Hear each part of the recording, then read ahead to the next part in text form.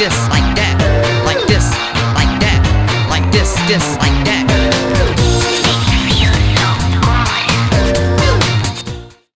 Eh bien, bonjour tout le monde, on se retrouve pour une toute nouvelle vidéo sur Sim Park Tycoon 2 dans notre merveilleux parc d'attractions. Et souvenez-vous, la fois dernière, on avait présenté une toute nouvelle mise à jour et il y a eu de la nouveauté à propos de cette mise à jour. On va en parler dans quelques instants.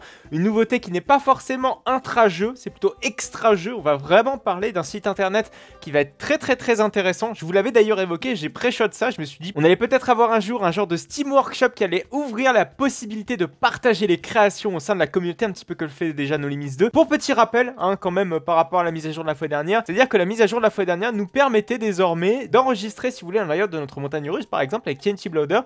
On peut désormais sauvegarder son layout et pouvoir le dupliquer, le retrouver en fait, si vous voulez, au niveau d'ici. Lorsque vous sélectionnez par exemple une montagne russe, vous allez par exemple dans montagne russe folle, vous allez avoir tout plein d'éléments préfabriqués, en tout cas plutôt de layouts préfabriqués. Et grâce avec un petit ID en fait que vous allez soit enregistrer parce qu'un ami vous aura donné l'ID, ou soit ce sera enregistré directement local de votre côté, vous allez pouvoir littéralement copier-coller des layouts. Vous allez même pouvoir copier-coller des éléments thématiques avec le layout, ce qui est déjà le cas d'ailleurs de cette Wayne Mouse. Vous voyez que la Wayne Mouse a des supports personnalisés et ça c'est vraiment cool. Vous avez jusqu'à 1000 éléments enregistrables en fonction, si vous voulez, de la taille de votre montagne russe, de la taille de votre flat ride. Voilà, ça varie un petit peu en fonction de ça et vraiment la nouvelle fonctionnalité est absolument incroyable.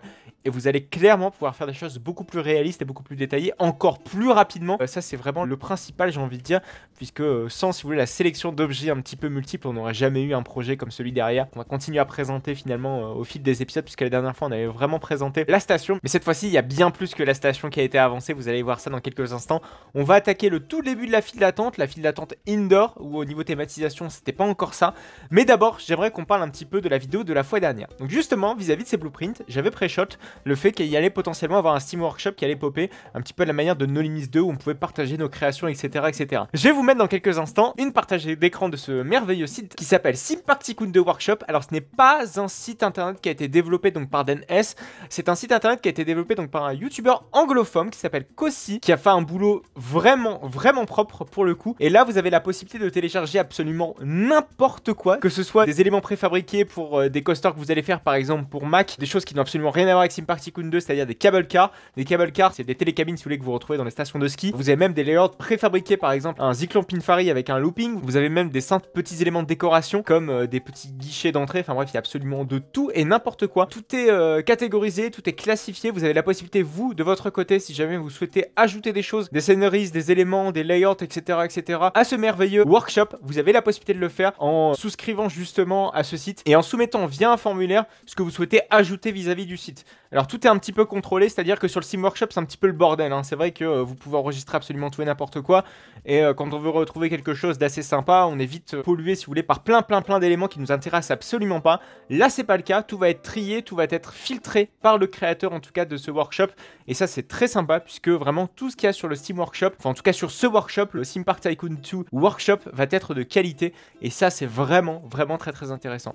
Donc plein de choses, que ce soit layout, que ce soit décoration, que ce soit éléments qui n'ont absolument rien à voir avec les parcs d'attractions. Tout va être ici, je vous invite vraiment à aller consulter le Sim Park Tycoon 2 Workshop, le lien va être dans la description de cette vidéo. On revient donc sur notre merveilleux écran avec notre parc d'attractions qui est vraiment tout beau. Et on va aller tout de suite se diriger vers le fond du parc pour justement aller vous montrer toutes les petites mises à jour qui ont été apportées vis-à-vis du tout nouveau coaster, du tout nouveau Spinning Coaster. Et ça a été vraiment très bien fait.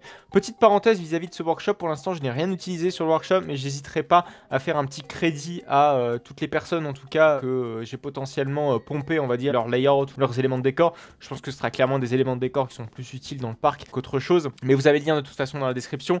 Mais j'irai pas toujours mettre les ID, mais je vous dirai, tiens, ça je l'ai chopé du Sim Park Tycoon 2 Workshop. Je vous invite à aller voir. De toute façon, vous allez très vite le retrouver en fonction de tel ou tel élément qu'il s'agisse. Mais ça c'est vraiment très bien. Pas savoir tout et n'importe quoi sur ce workshop, tout va être vraiment très bien filtré. Donc je vous invite vraiment, si jamais vous êtes créateur ou si jamais vous avez l'âme en tout cas de créer des choses et que vous souhaitez les partager, n'hésitez surtout pas. Il y a plein de choses qui vont être postées sur ce Sim Park Tycoon 2 Workshop. Donc je vous invite à faire de même, à essayer d'alimenter cette communauté qui va grandir, internationale. C'est vrai qu'un petit peu cloisonné, fan de parc français. Voilà, donc si on revient sur notre merveilleux Spinning Coaster, vous voyez qu'il y a eu quand même pas mal d'avancements. Alors des avancements qui dénotent un petit peu avec ce qu'il y avait précédemment. Déjà ne serait-ce qu'au niveau de cette façade-ci. On va pas se mentir, cette façade-ci n'est absolument pas adaptée à tout le décor que je suis en train de créer tout autour. Ça, je suis parfaitement conscient. J'ai envie de la changer. Je savais qu'elle allait être temporaire. J'avais envie de mettre une façade ici. Mais j'avoue clairement que quand je l'avais fait à l'époque, je ne savais pas trop quoi faire. Je ne savais pas quel élément je voulais faire ressortir, etc. etc. C'est beaucoup trop flat, c'est beaucoup trop plat. C'est clairement pas là où je veux en venir. Déjà, ne serait-ce que la couleur n'est absolument pas adaptée. Je pense que c'est déjà le défaut qui est absolument flagrant vis-à-vis de cette façade. Donc ne vous inquiétez pas, ça va être modifié. Donc si jamais on enlève un petit peu cette verrue un petit peu de notre vue, malheureusement on peut pas l'enlever, mais tout du moins essayer d'y faire abstraction, vous avez des merveilleuses petites barrières qui sont en cours de construction, qui ont commencé à être construites quasiment jusqu'au niveau de la sortie de l'attraction, donc au niveau de la tente. L'objectif de ces barrières, c'est pas que nos visiteurs puissent aller de l'autre côté, donc c'est pour ça qu'elles sont quand même vachement hautes. Je veux pas non plus que les visiteurs passent leurs bras trop près de l'attraction parce que ça reste une zone rouge, c'est-à-dire une zone où l'attraction circule, où des petits wagonnets voilà, passent de temps en temps. Donc il faut absolument pas qu'on ait un visiteur qui se fasse faucher le bras ou qui se fasse faucher quoi que ce soit. C'est pareil pour les gosses. Donc c'est pour ça que j'ai essayé de mettre voilà, quand même une barrière assez haute et assez sympa, voilà, assez esthétique, etc., etc. pour que ça colle dans le thème et que ça colle aussi à son utilité première, c'est-à-dire de protéger le visiteur. C'est très très important, n'hésitez pas à regarder également où passe un petit peu la montagne russe. Par exemple ici vous voyez qu'on y passe très près, il y a moyen de franchir, donc ici la barrière va être beaucoup plus haute. Par contre ici comme on aura un fossé, la barrière pourra être légèrement moins élevée, juste de quoi éviter que quelqu'un ne passe plus que son bras. Voilà.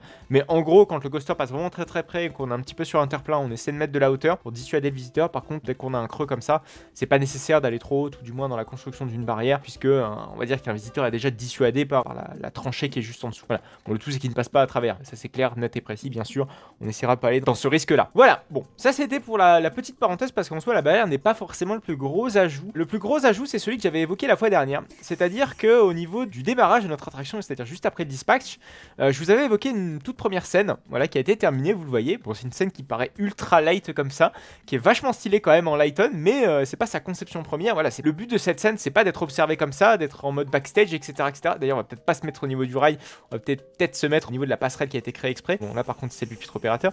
Voilà, donc c'est pas censé être visualisé comme ça. Donc, je vais vous inviter juste après à non pas éteindre votre lumière, mais on va éteindre nos lumières pour pouvoir un petit peu voir ce que ça donne avec l'éclairage classique. Parce que là, c'est l'éclairage de maintenant, c'est l'éclairage où nos employés peuvent déambuler tranquillement dans l'attraction en toute sécurité, mais c'est pas l'éclairage de base. Voilà, c'est le light-on maintenance. Vous inquiétez pas, on va faire le test juste après.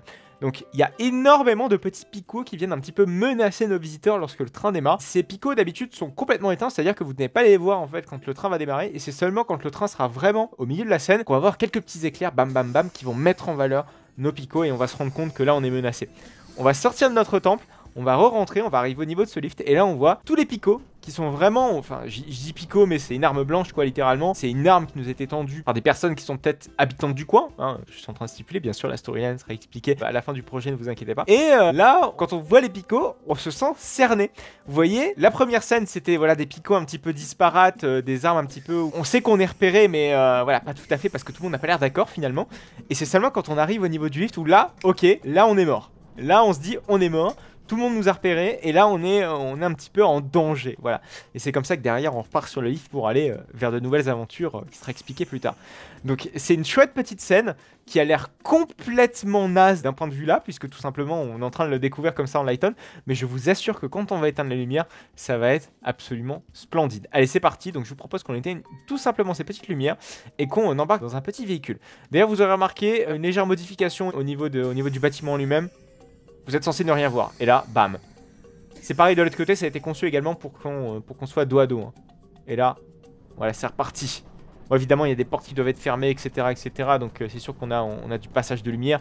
Et là, évidemment, ça devait être un petit peu plus long, si vous voulez, ce tunnel. Donc on n'est pas censé voir la lumière. Mais je pense que vous avez compris. Je pense que le rendu est encore meilleur quand on est de dos à l'attraction. Je vous propose un petit peu qu'on essaye. D'ailleurs, on en profite d'admirer cette merveilleuse station qui est vraiment très chiadée. Et j'en suis encore fier à l'heure d'aujourd'hui. Alors que ça fait qu'un petit épisode qu'elle a ouvert. Mais je suis vraiment très fier de cette petite station qui est très design. J'aime beaucoup. Donc regardez à l'arrière. Voilà. Ah, par contre, on voit beaucoup trop le luminaire. Ça, je n'avais pas remarqué. Mais le luminaire, on essaiera de l'éteindre. Voilà. Déjà là, c'est peut-être ce qui n'est pas complètement modélisé. C'est-à-dire que là, j'ai mis deux éclairages. Si vous voulez, un éclairage qui sera conçu, si vous voulez, pour la position avant. En fait, si vous voulez, quand le train va passer juste ici, on va switcher d'éclairage. Dès que le train sera au début, donc juste ici au début du lift, on n'aura que cette lumière-ci qui sera allumée, puisque le véhicule de dos, en fait, ne verra pas... En tout cas, les sièges de dos ne verra pas les picots. C'est seulement quand on va voir la transition, donc quand le train va vraiment passer juste ici, on va avoir la transition lumière de ce côté-ci, non lumière de ce côté-ci mais pas de l'autre, ce qui va permettre de mettre en valeur ces picots et de pas avoir la lumière dans la gueule et que ça nous éblouit. Vous voyez le truc? Je veux vraiment qu'on éclaire la scène mais pas qu'on soit ébloui par la lumière. Je l'avais conçu ici, enfin en tout cas je l'avais pré-shot ici, par contre je l'avais pas pré-shot ici donc il va falloir faire très attention. Alors quand je dis ici, voilà, c'est sur la première scène qui est juste là. Alors vous ne voyez absolument rien, c'est normal parce que les lumières de maintenance sont complètement éteintes, mais c'est très important de prendre en compte cela et on va évidemment faire de toute façon les derniers essais d'éclairage à la fin de la construction de cette attraction. C'était toujours la dernière étape, voilà, c'est les essais d'éclairage, les essais sonores, etc. C'est vraiment une étape qui est vraiment tout à la fin, après avoir construit les décors, etc.